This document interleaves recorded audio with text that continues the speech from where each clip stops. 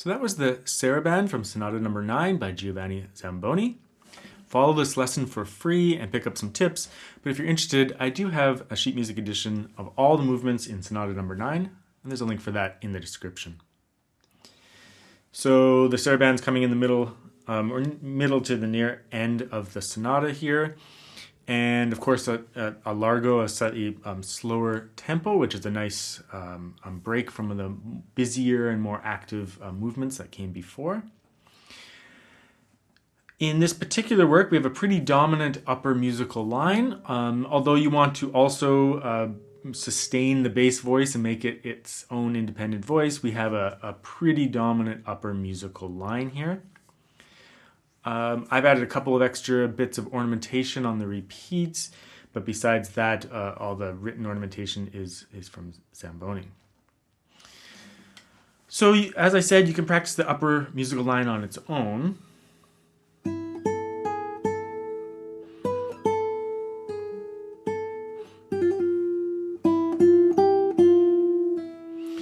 And just make sure that you're really comfortable with that.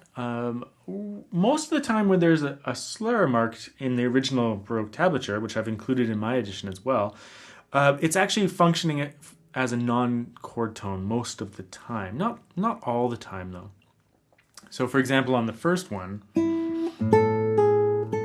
there we actually just are dipping down to a lower auxiliary. So this is the chord tone, non-chord tone, chord tone. But here, this is a non-chord tone that resolves to the second beat. It's the G sharp, that's the chord tone. Same thing here, non-chord tone, resolve. And whenever you have that, just feel free to accent the non-chord tone and then resolve it a little bit more gently. So it's kind of tension release or tension resolution. Going from the accented, juicy non-chord tone to the relaxing chord tone. And that occurs throughout the movement. So just listen for that. And I think the slurs actually help facilitate that, especially if you don't make your second note super loud, but you just release it. It actually creates that strong, weak kind of flavor automatically. So that's kind of helpful. So besides that, sustain the bass voice, but it's not as active of a voice. But nevertheless, it's its own independent voice, so make sure that you do sustain it. So let's just go through and do a walk through the piece. When you're thinking of it, we have an eighth note to begin, so just make sure you're really feeling 1, 2, 3.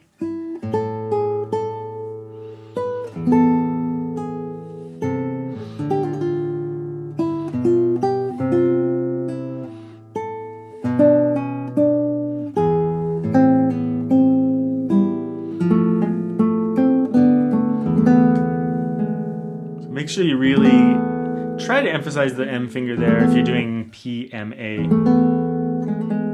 to make sure you end up hearing that G sharp, because again, non-chord tone to the resolving chord tone. On the repeat, I add some extra ornaments, but you don't have to. So a little mordant there, A, G sharp, A.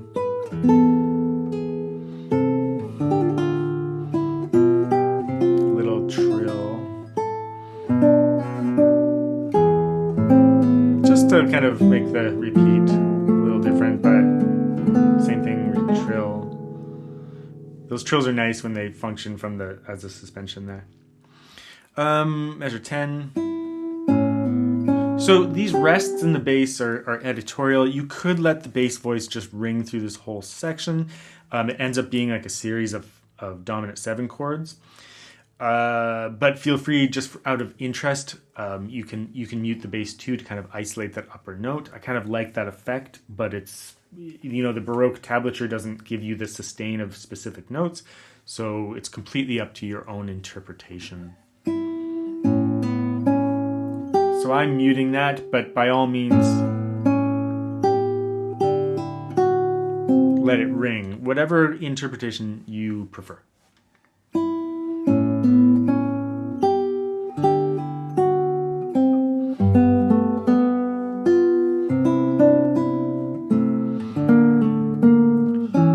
This is an interesting musical line.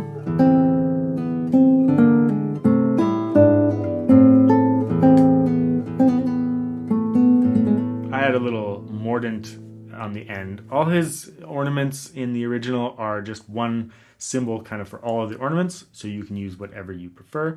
I like to use a mordant at the end, so just A, G sharp, A. Let's just do that second half one more time.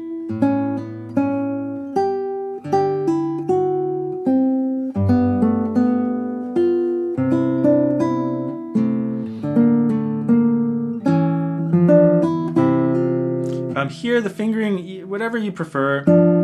I'm doing 2, 3, 3, 4, but you could easily do 1, 2, 3, 4, whatever works best for you.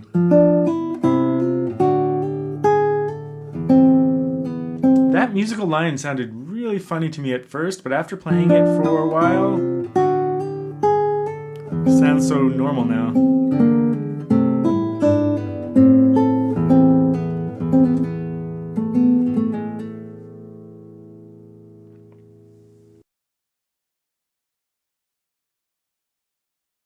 Really nice little movement, not without interest, but definitely a little bit calmer than the other ones, but very welcome in the suite.